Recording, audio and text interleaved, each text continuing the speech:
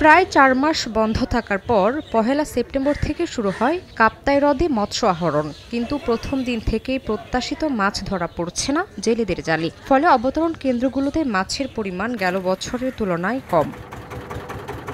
মাছ কম ধরা পড়ার জন্য হ্রদের অধিক পানি, কচুরিপানার ডুবোস্রোত, বৈরী আবহাওয়া ও জলবায়ু পরিবর্তনের প্রভাব বলে মনে করছেন জেলেরা।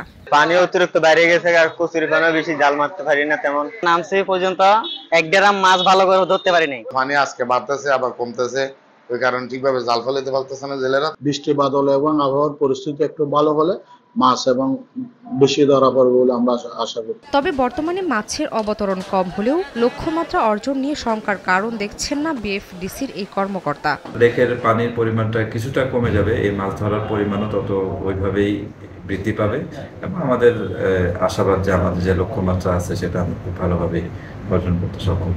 বিএফডিসির তথ্য মতে চলতি বছর প্রথম ৩ সপ্তাহে জেলার 4টি অবতরণ কেন্দ্রে মোট 1060 মেট্রিক টন মাছ অবতরণ হয়। একই সময়ে গত বছর যার পরিমাণ ছিল 1303 মেট্রিক টন। সময় সংবাদ, রাঙামাটি।